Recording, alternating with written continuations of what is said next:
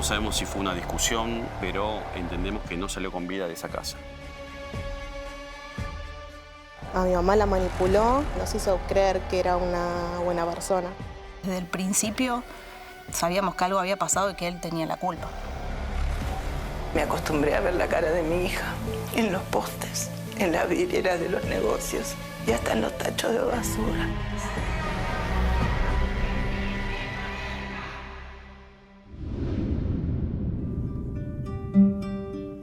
Erika era inteligente, simpática, empática. Era muy graciosa, muy divertida, muy solidaria. Siempre estaba pensando en cómo poder ayudar, cómo unir a la familia, cómo hacer que todos estemos mejor. Siempre estaba preocupada por todos. Erika era una mujer súper divertida, con mucho carácter, que se preocupaba mucho por su hija Flor. Teníamos mucha confianza la una con la otra, nos acompañábamos mucho. Todo empezó a cambiar el último tiempo.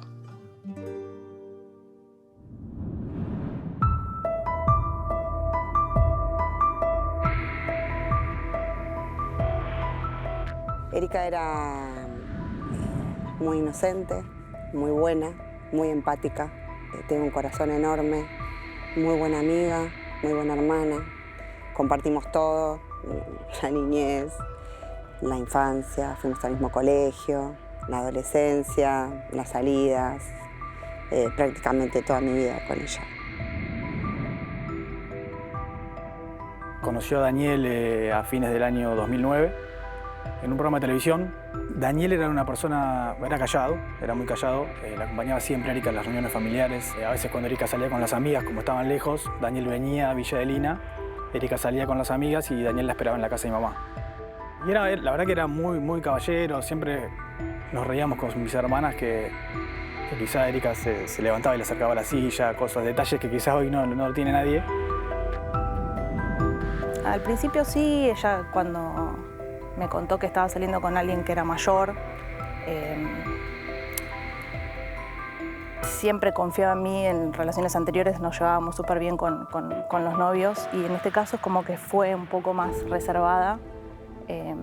Primero por esto, porque me decía, no, es mayor, pero te va a caer bien, vas a ver que es como nosotros, de hacer chistes.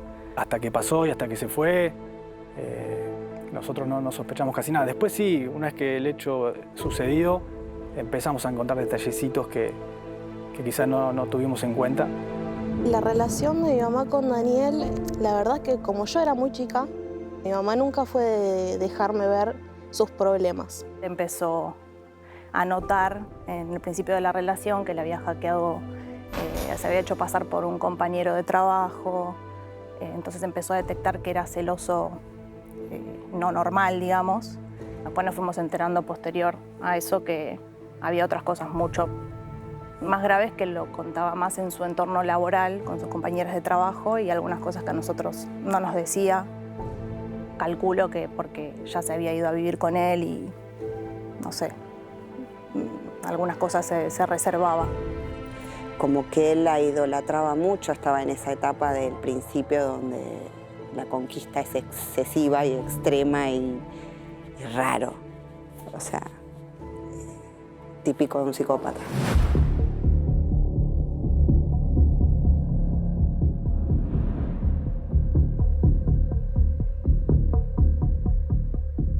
Él era una persona que todo el tiempo estaba atrás de ella, todo el tiempo llamándola cada 10 minutos. Ella tenía que decirle con quién estaba, dónde estaba. Empecé a estar mucho más atenta con ella y empecé a hablar mucho más por teléfono, a preguntarle cómo estaba. Yo me di cuenta que estaba tratando de ocultar ciertas cosas porque lo quería cuidar, lo quería proteger. Era un hombre raro, una persona rara. No puedo llegar a describirlo porque era muy raro. Yo me fui más o menos en junio, pasó mi cumpleaños, me fui. Había empezado a tener conflictos con mi mamá de confianza a causa de Daniel Lagostena. Él le mentía a mi mamá sobre cosas que yo hacía y mi mamá le llegó a creer. Eso es lo que más me llegó a doler, porque teníamos una relación de confianza. Entonces, a mi mamá la manipuló de alguna forma a todos. Nos hizo creer que era una buena persona. Así que sí tenía el título de manipulador. Me comunicaba mucho con ella y ella nunca podíamos vernos porque ella se había ido a vivir a zona sur y yo estaba en zona oeste porque yo también había conocido al mismo tiempo a mi pareja, a mi marido, el padre de mis hijos. Y estábamos viviendo básicamente lo mismo, estábamos buscando un bebé. Y para mi cumpleaños, eso fue en agosto, el 1 de agosto, ella vino a mi casa y justamente estaba un chico que ella había conocido antes, ¿no? de Daniel. Y ella no quería que él esté, al extremo de que cuando entró a mi casa se puso muy nerviosa y me pidió por favor que ni lo nombre, que Javier, mi marido, no lo nombre. Yo decía, se puso muy nerviosa, pero muy nerviosa, que yo decía no, porque no sé qué, porque yo le tuve que mentir, porque él me desconfía todo y no sé qué, y la vi muy, muy, muy preocupada. Yo me meto en su correo, yo tenía la contraseña de su correo. Y en su correo encuentro una carpeta que dice crisis. Y en esa carpeta que dice crisis me encuentro con muchos mails que ella le mandaba a Daniel y que Daniel le mandaba a ella. ¿Por qué? Porque ella se iba a las 7 de la mañana para ir a trabajar y no volvía hasta las 7 de la tarde. Y él la llamaba y él le preguntaba y bueno, y ella le contestaba. Y en esos mails me di cuenta de que mi hija de verdad estaba viviendo un infierno. El día del amigo, Daniel le pedía que por favor le muestre la casilla de mail del laburo para ver con qué amigos se escribió, o cuando se pintaba mucho encontraba papel pintado en el auto, decía te pintaste y te volviste a sacar la pintura. Un montón de cosas que fueron pasando que nosotros obviamente no sabíamos nada. Porque a veces la violencia uno cree que viene en forma de golpes, pero muchas veces la violencia viene disfrazada de muchas cosas. Y lo peor es que muchas veces viene disfrazada de amor. El 20 de agosto fue en realidad fue un viernes 20 de agosto, que Erika tenía su consulta con el obstetra, estaba embarazada, tenía la consulta en un sanatorio acá en Palermo. Y nada, van a la consulta, van con Daniel, ahí tienen una discusión, según cuenta el médico que la atendió también, como que Daniel quiso preguntar algo y Erika como le dijo que no se meta, o le dijo, deja que pregunto yo.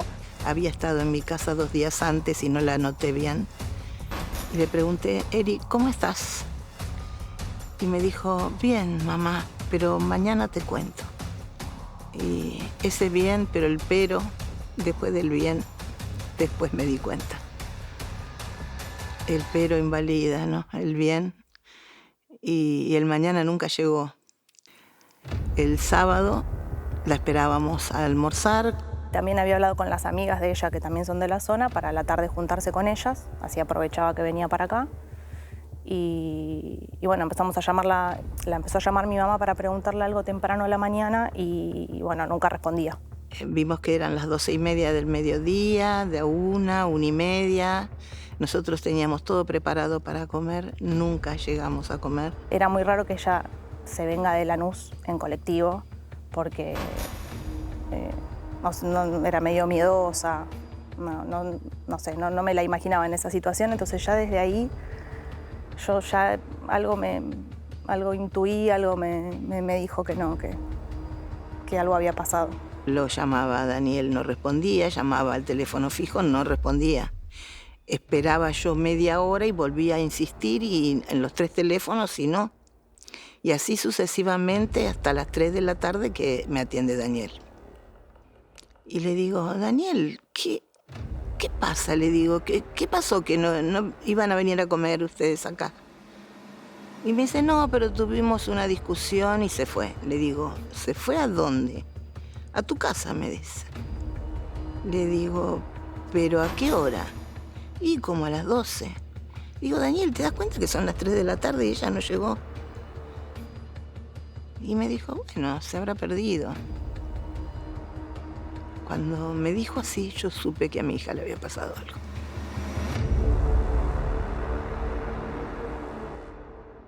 fuimos a Lanús al día siguiente, en realidad, porque cuando quisimos hacer la denuncia, el mismo sábado nos dijeron que la tenían que hacer en Lanús, porque era donde había desaparecido, con lo cual lo llamábamos a Daniel para que haga la denuncia hasta que logramos convencerlo que vaya a la noche, muy tranquilo. La policía, bueno, empezó a revisar la casa, la ropa. Fue un día muy caluroso, me acuerdo que hizo 28 grados ese día y Daniel había prendido el hogar y estaba limpio el hogar. Lo había prendido y después lo limpió y yo me acerqué, toqué y estaba caliente. La policía le preguntó cómo había salido vestida mi hija y él le dijo que con unas calzas negras, botas negras, un suéter gris tipo polera, hacía 28 grados. Miré la mesa y vi que estaba la cartera de ella con sus cosas. Y bueno, salimos a los hospitales y a preguntar con una foto por el barrio. Y él venía, lo traíamos como, parecía obligado. Y bueno, ahí ya después de eso empezamos con las marchas, con todo lo que vino después. Erika desapareció el 21 de agosto. ¿Qué es lo que estuvieron reclamando hoy? En realidad lo que queremos es que esto no quede en la nada, que se siga con la investigación y que encontremos a Erika por sobre todas las cosas. Hipótesis concreta no hay ninguna en realidad, son muchos los supuestos y todo es válido. Sí, hubo rastrillajes, pero bueno, eso se hace para descartar, o sea, es parte de la investigación. Por suerte no encontraron nada, porque eso a mí me da la esperanza de que está viva y que la voy a encontrar. Evidentemente todo apunta a Daniel Llagostena. No puedo creer que a 3 meses que no veo a mi hermana, como no lo puede creer nadie de mi familia. Y la verdad que las marchas son la ayuda de la gente, para nosotros es muy conmovedora y a la vez nos da aliento y fuerza para seguir adelante. Yo siempre me pregunto cuándo empecé a desconfiar de Daniel y la realidad es que desde el primer día. O sea, no es que ya el 21 de agosto yo ya desconfié de Daniel. Algo iba a pasar porque ella ya venía con muchos conflictos con él, con el embarazo, con el tema de la nena. Para mí ese sábado lo dejaba.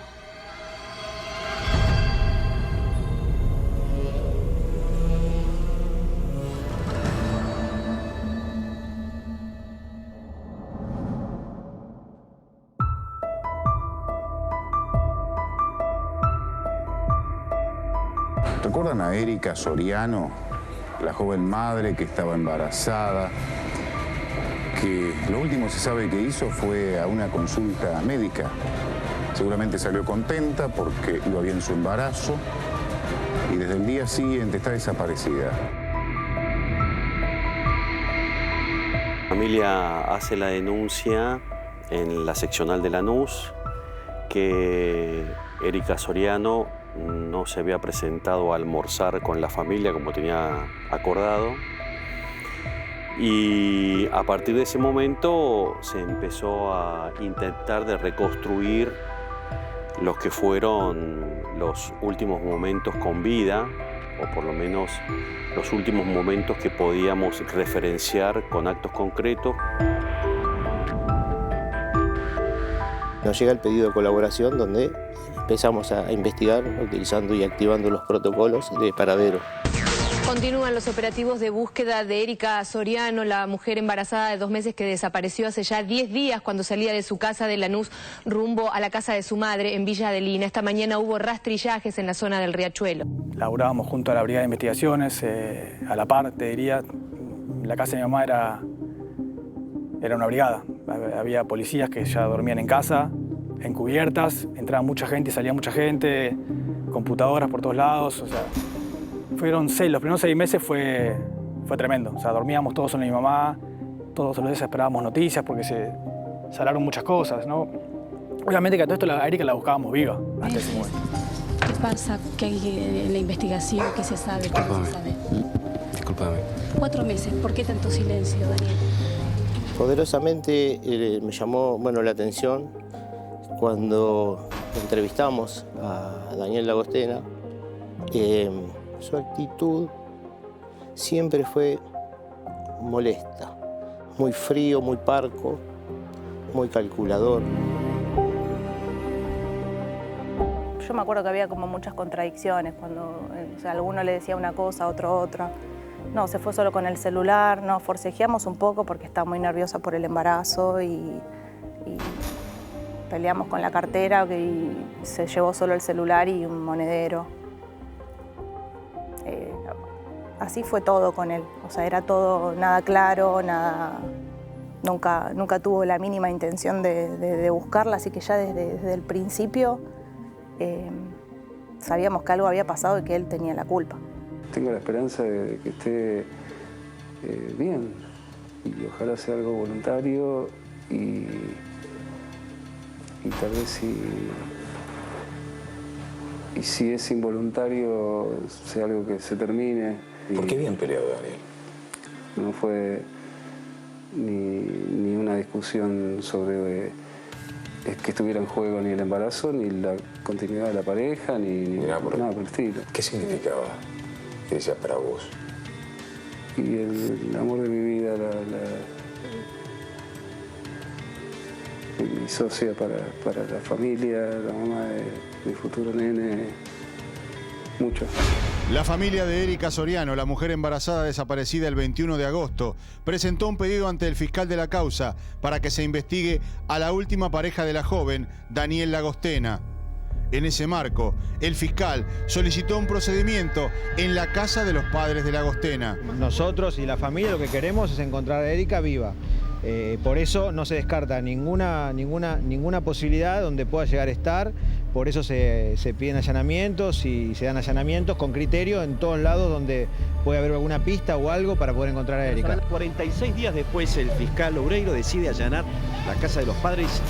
¿Es llamativo? ¿Usted qué lectura? Es una decisión del doctor Loureiro que es respetable, pero me parece absurdo. Los representantes legales estiman que próximamente el juzgado y la fiscalía ordenarán nuevas diligencias.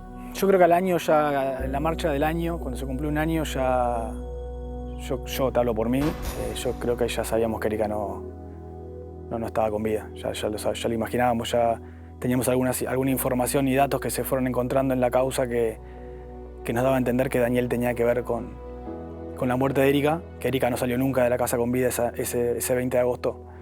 Y en realidad la desaparición del cuerpo hasta ese momento, si bien había antecedentes en otros casos, es una complejidad que nos llevaba a esforzarnos como bastante para intentar de reconstruir los hechos, digamos, hasta que llegan a la casa de ellos en Lanús y lo ocurrido después. Lo que encuentra el juez Gabriel Vitale es que 10 minutos antes alguien llama desde esa casa a una pizzería. Nunca más nadie la vio a Erika.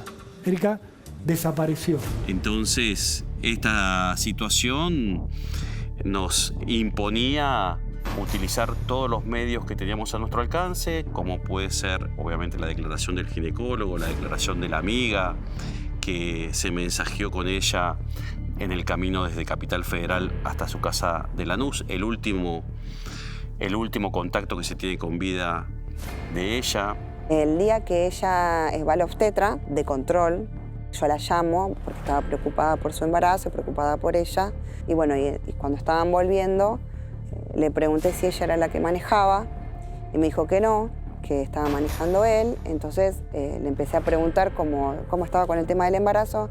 Me dijo, mira, el embarazo todo bien, pero bueno, mañana te cuento, porque yo le preguntaba cómo estaban las cosas con él y ella me dijo que no, que estaba todo mal.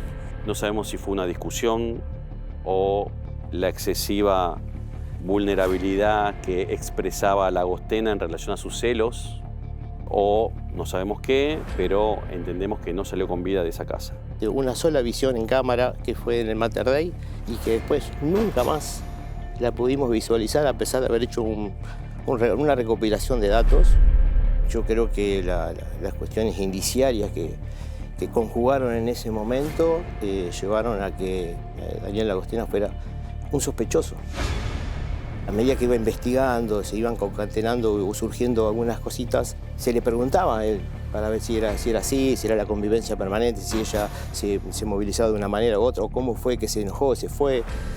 Ese día me acuerdo que los acompañé hasta la puerta Y el padre de Lagostena me dice, vos nunca vas a meter preso a mi hijo. Cuando en un momento yo le había dicho o le había insinuado algo similar. ¿Ustedes de quiénes sospechan? Daniel Lagostena.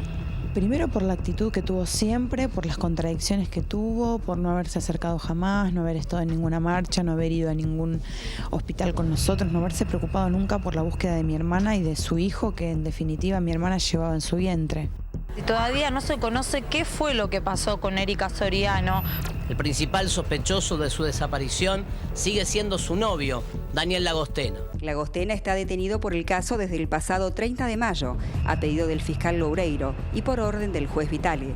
Todo va hacia una sola dirección, que es Daniel Lagostena. No tengo que buscar en otro lado, ya hemos buscado por todas partes. La verdad, buscamos por todas partes. Daniel estuvo preso 6 meses, creo que en 2011, y en diciembre de ese año lo largaron. Liberaron a Daniel Lagostena, único sospechoso por el crimen de su novia Erika Soriano. La excelentísima Cámara entendió que sin cuerpo no podía haber homicidio. Los elementos de prueba utilizados para realizar la acusación lo acoge favorablemente la Sala Segunda y en el término que marca la ley para los habeas corpus, ordena la inmediata libertad de Daniel Lagostena. Realmente desconozco cuál es la suerte corrida por Erika Soriano, pero no existe ningún elemento como para considerar que esta desaparición tiene como final la muerte de Erika Soriano. Hubo momentos que se fue frenando mucho porque nos quedábamos ya no sabíamos por dónde ir. La brigada estaba muy ensañada con Daniel, o sea, estaba segura y iban saliendo cosas como que Daniel tenía algo que ver, pero no encontrábamos cómo vincularlo. Y después la cosa, la realidad es que se pinchó, ya no teníamos de qué manera seguir. Y hablo con Gerardo Loureiro, el fiscal de garantía. Le pregunto qué pasaba, si se estaba investigando. Y él me dijo que no, que lo único que hacían era, si aparecía un cadáver, cotejar con mi ADN. El caso está en la más absoluta impunidad. El único acusado detenido que tenía la causa, su expareja, Daniel Lagostena, está libre. Después, por suerte y gracias a Dios, en el año, 2014-2015, apareció Julio Di Marco, que es un comisario de La Plata, que él trabajaba mucho con lo que es el cruce de llamadas y otras cosas. Lo presentamos en la fiscalía, a Gerardo Loureiro, al fiscal. Le dijo, mira, tenemos esto. Aparecieron unos billetes de 2 pesos. Esos billetes de 2 pesos se empezaron a multiplicar en las redes y se viralizaron y andaban por todos lados. Y el billete decía, soy Erika Soriano, estoy en San Luis, ayuda. Descubrimos que Lagostena tenía varios teléfonos en sí, que no tenía uno solo, que era ese que había declarado, que en ese mismo momento en su casa de Lanús había otra persona que pide una pizza a una pizzería cercana, circunstancia que fue luego ratificada al otro día, ya cuando ella está desaparecida, porque quedaba todavía comida en la heladera de esa pizzería, o sea que había alguien en la casa que los esperaba. Todavía no se pudo determinar quién era, pero evidentemente que participó en el hecho. No sabíamos lo de los 4 teléfonos, no sabíamos esto que voy a contar ahora, que es la declaración de una testigo de identidad reservada que declaró, escuchen, que el día del hecho Daniel y Erika discutieron y por tal motivo Daniel le pegó un sopapo. Erika cayó y se golpeó la cabeza contra una mesada. Y luego vino todo el plan de encubrimiento y de ocultamiento del cuerpo. La sospecha de máxima del fiscal es que Lagostena, acompañado por gente de su entorno, mató a Erika Soriano y después ocultó su cuerpo. Para mí es una persona que no siente nada. Para mí es una persona psicópata. No siente dolor, se nota, lo miras a los ojos y se nota. No tiene expresión en la cara, no tiene emoción, no tiene dolor. La justicia también decidió hacer pericias en la camioneta del suegro de Erika. En esta hipótesis de máxima, se investiga si Héctor Lagostena, el papá de Daniel, ayudó a su hijo a ocultar el cuerpo. La declaración, por supuesto, de las exparejas de Lagostena, en donde en todos los casos se hablaba de una persona violenta. Ella declaró que Daniel la despertaba a baldazos de agua fría en plena madrugada, que le pegaba en el abdomen, que le controlaba los boletos, si sospechaba de algo se ponía violento, pero también hay otros testimoniales de violencia de género. Al día siguiente de la desaparición, cuando la familia se hace presente en la casa, luego de hacer la denuncia, se encuentra material de lycra en una estufa que tenían ellos a leña. Inmediatamente se realizó el examen de luminol en la zona para determinar si existían huellas de sangre. Fue sometida a pericias con luminol y el luminol reacciona cuando hay sangre o algo similar. Se determinó que había manchas de sangre, pero habían sido muy bien higienizadas, entonces se pudo determinar que tenían un ADN femenino, pero no podíamos determinar de quién era por estas características. El teléfono nunca se recuperó, el teléfono de ella, pero sin embargo se iban levantando los mensajes que se dejaban en el teléfono de Erika desde el teléfono de la casa de la Agostena. Todo eso sumado en base primero a la acreditación que realizó el fiscal Gerardo Loureiro para luego analizarlo luego del juzgado, nos convenció a nosotros de que tanto en los dos momentos para la detención, prisión preventiva y elevación a juicio, que existían elementos suficientes para entender que existía un homicidio, todavía no existía el femicidio como delito tal, entonces era un homicidio y un aborto en contexto de violencia de género. Intentó por todos los medios que se reuniera la prueba suficiente como para lograr esta imputación, que lo hizo, la verdad, satisfactoriamente el fiscal Loureiro en conjunto con la policía de la provincia de Buenos Aires. Por lo tanto, llegamos a esta instancia que es la tercera vez que se lo detiene a la Agostena y yo creo que ya en los próximos días se le va a dictar la prisión preventiva. Tardamos 2 años más en poder incorporar la mayor cantidad de pruebas suficientes para creer justamente que no solamente no íbamos a encontrar el cuerpo, sino que existían altas posibilidades de que ese cuerpo haya sido cremado. El fiscal Loureiro allana la cochería del papá de Daniel Agostena, que tiene una cochería de La Paz, y una sucursal también. Se allanan esas cocherías, se retira documentación. En base a eso, el fiscal tiene sospechas de que puede haber un cambio de cadáver en un entierro o puede haber diferentes anormalidades en base a eso. Por eso es que se está investigando por ese sector. Se abre una segunda causa que la sigue el mismo fiscal y el mismo juez. Recuerdo el nombre del fiscal, el fiscal Loureiro y el juez de garantías vitales, donde están involucradas casas velatorias, crematorios y morgues. Leonardo de Simone era un empleado, entre comillas, del padre de Daniel Agostena. El padre de Daniel Agostena tenía una casa de sepelios en la calle La Paz y, por supuesto, la casa de sepelios se llamaba La Paz. La Fiscalía y la Policía de la Provincia de Buenos Aires está investigando ese tema, la conexión que tiene la funeraria de la familia de la Agostena con los distintos crematorios. Yo creo que pasa por ahí la cosa. Hay muchos elementos de prueba que ya se están incorporando, que ya se incorporó a la investigación con respecto a la participación de crematorios en la desaparición en la cremación de Erika. Después de lo que pasó con Erika, Leonardo de Simone, aparte de haberse adueñado de la cochería, se adueñó de la casa del padre de Daniel Agostena. El padre de Daniel Agostena murió y después que murió, la casa quedó para él, sin comprarla, sin pagarla. ¿Por qué se haría una cosa así? Para mí es un lugar donde tranquilamente, un portal donde tranquilamente puede desaparecer una persona. Imagínense que la ceniza no es material genético para poder llevar a cabo un adelante, hacer un ADN o identificar si es humano o no. Así que si esto se orquestó de esta manera, supongo, pensando en potencial, y fue pensado muy bien para generar un crimen perfecto. Fuimos como pasando de diferentes supuestos, pero que alguien lo ayudó, sí. Y de hecho eso está en la causa también. tuvo ayuda de Leonardo de Simone, que es el de los crematorios, y también creo que el sobrino tuvo que ver. Alguien en el juicio declaró en contra de Simone diciendo que De Simone le había dicho a esa mujer,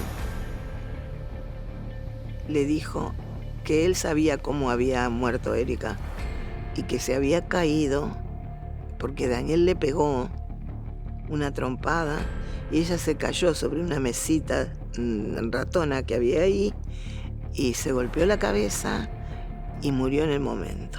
En el piso donde estaba esa mesita había sangre. La quisieron lavar y parece ser que lavaron bastante bien, pero cuando fueron a pasar el luminol, lo que no se podía establecer es que la sangre era de Erika. Sí que era sangre, pero no podían establecer si era de ella. Mi hija no salió viva de la casa de Daniel Lagostena y pidió ayuda para salir con ella.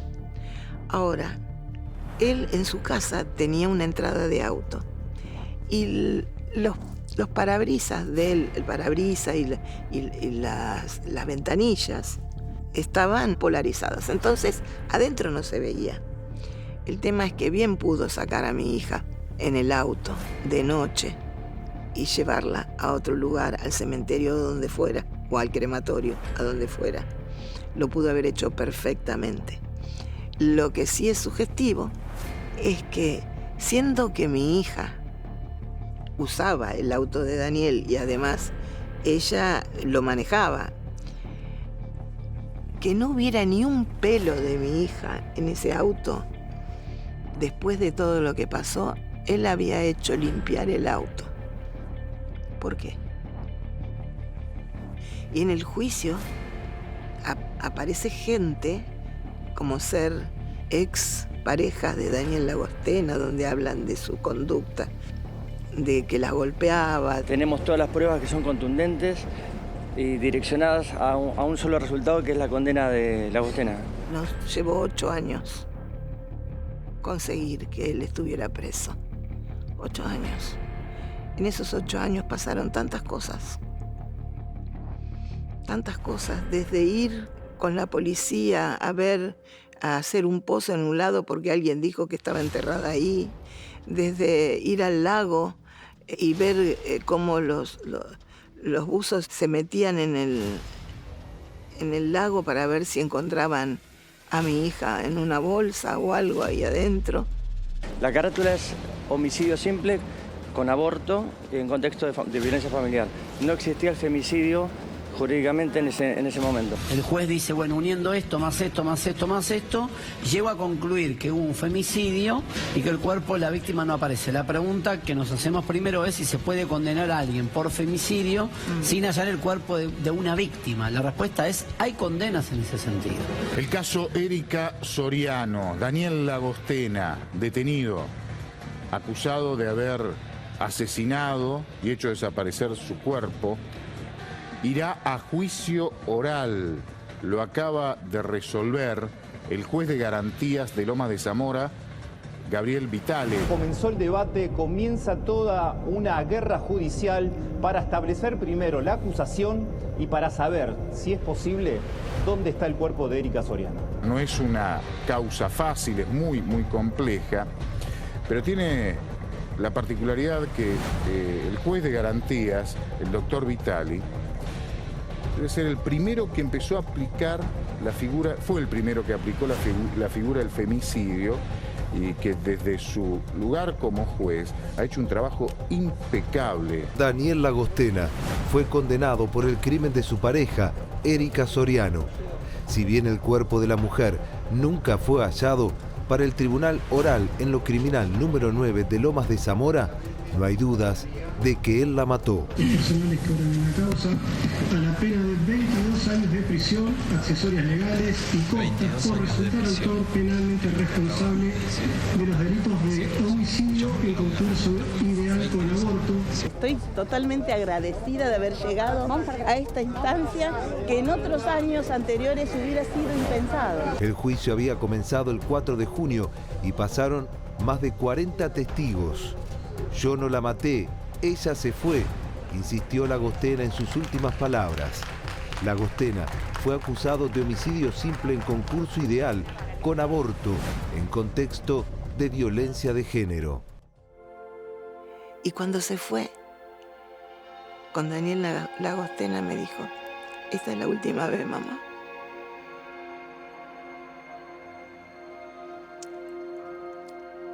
Yo entendí en su momento que ella quiso decir que no iba a volver como había vuelto una vez después de separarse. Pero qué cosa que fue mucho más allá.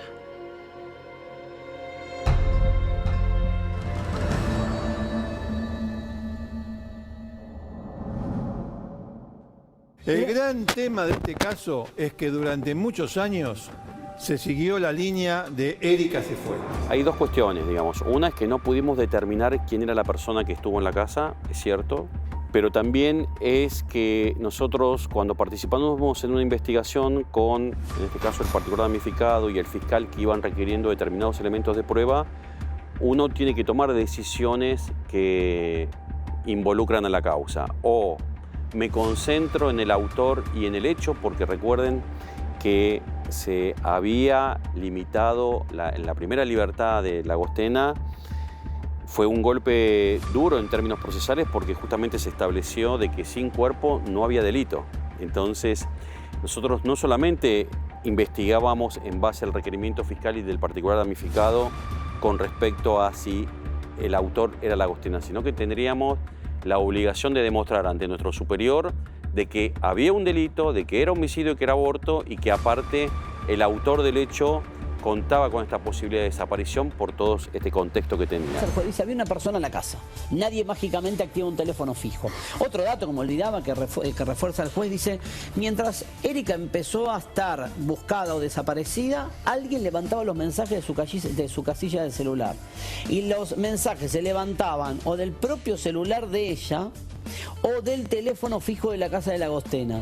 Nunca la encontraron, pero la justicia logró probar, al menos, hoy se va a saber quién es el responsable, que a Erika y a su bebé los mataron. Después de hacer un análisis de la inspección de la casa, se llegó a la conclusión inamovible de que Erika nunca salió de esa casa. Nunca salió de esa casa. No estábamos investigando un homicidio común y corriente, no estábamos investigando la desaparición de una persona solamente, no estábamos investigando un hecho delictual común y corriente que se nos presentan cotidianamente en el juzgado. Tenía varias particularidades que nos exigían posicionarnos en lo que hoy conocemos como perspectiva de género o perspectiva de derechos humanos. Esto fue una violación a los derechos humanos de la mujer, se plantearon como agravantes, fue un contexto de violencia familiar, hizo desaparecer el cuerpo, ocultó pruebas, todo eso se utilizó como agravante para calificar y dar esa pena. No creo que la condena sea suficiente para que pague por todo lo que hizo. Nada nos va a devolver a Erika, pero ojalá que se muera ahí en la cárcel. La condena que recibió es una condena acorde a los hechos. El Tribunal Criminal valoró todos y cada uno de los elementos que fueron llevados a juicio. Él tuvo la oportunidad de defenderse en todo momento, en todas las instancias, con sus diferentes abogados. La sentencia fue ratificada, confirmada por el Tribunal de Casación, por la Corte de Provincia y por la Corte de Nación. O sea, jurídicamente el recorrido está completo, jurídicamente él es culpable. Lo único que lamento es no poder saber, solamente poder armar una hipótesis de todo lo que pudo haber pasado, Pero bueno, por lo menos nada, se hace la justicia. Es un psicópata y los psicópatas no hablan porque se creen lo que se creen, no sé, con toda esa personalidad que se la creen todas, no, era claro que no se iba a quebrar. No puedo imaginarme tenerlo enfrente, porque me generó en el juicio cuando lo veía, ya del solo hecho de sentirlo que estaba cerca, me genera mucho dolor, mucha impotencia. Me pagaría lo que sea para que me diga, que salga de su boca, que me diga qué es lo que pasó. Obviamente que siempre nos va a quedar esa sensación de que no tenemos toda la verdad, no está el cuerpo de Erika, nunca apareció, posiblemente haya sido cremado, pero siempre nos va a quedar esa idea de que Daniel, ni siquiera en el juicio que tuvo la posibilidad de hablar, nunca él nos pudo decir, porque la realidad es que él solo sabe, esa cierta qué es lo que hizo, qué pasó esa noche. A veces me quita el sueño, te digo la verdad, cambiaría cualquier cosa porque él diga lo que pasó esa noche y qué es lo que hizo posterior. O sea, cambiaría hasta su libertad, es lo que te digo. Lo que más extraño de Eri es sus risas, sus carcajadas. Podíamos sentarnos, empezar a reírnos y estar horas riéndonos de cosas, de la vida, muy divertida, muy cariñosa. Es una amiga de esas que podés contarle todo. Mi confidente, porque nunca me iba a juzgar, nunca. Muy buena amiga. Se extraña muchísimo. Sí. No tuve otra amiga igual. De Erika extraño todo. Ella era la del medio. Ahora me enteré que hay un Día Internacional de los Hermanos del Medio. Pero ella era la del medio. Y era el comodín de todos. Y era muy graciosa, muy divertida, muy compañera,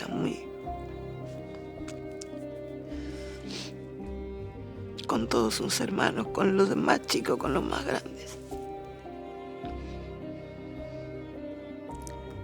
Pero yo soy una agradecida. Agradezco a Dios y a la vida que la conocí. Porque como tengo tan claro que yo llegué acá sin nada y me voy a ir de la misma manera, todo lo que tengo es prestado y nada me pertenece. Pero haberla conocido y haber pasado 30 años de mi vida con ella ha sido muy bueno. Porque no solo por el amor que recibí de ella y que pude darle, porque hasta el último día le puse que la amaba, hasta el último día, el viernes ese.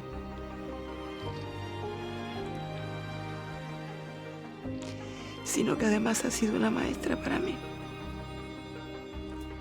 Una gran maestra.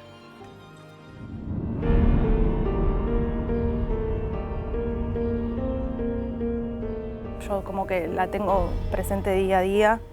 A veces siento como que se fue de viaje porque creo que si no, no lo podría soportar. Desde que era la primera persona que me llamaba para mis cumpleaños, a las 12:01. La extraño en nuestras reuniones familiares. Su compañía, su brillo, su espontaneidad, todo. Extraño todo. Extraño todo de ella.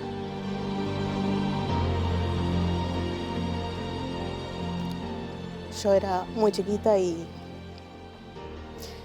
a esa edad una madre es lo más fundamental para una hija. Así que todo. Sí. Soy mamá. Yo le diría que la amo, que la extraño un montón y le daría el abrazo más fuerte.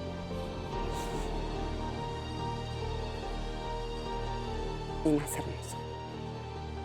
Siempre le hablo a mi hijo de mi mamá.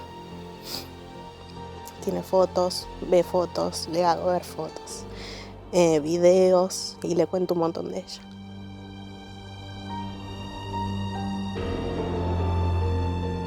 No, que la amo, ella sabe que la amo, la tengo presente siempre.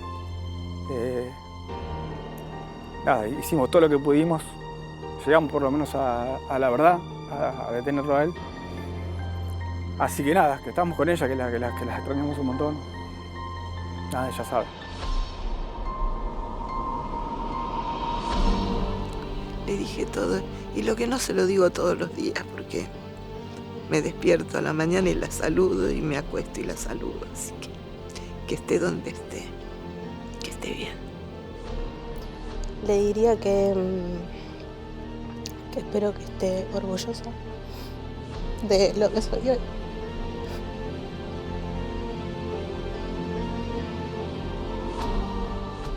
Que la amo con toda mi alma y siempre va a ser así.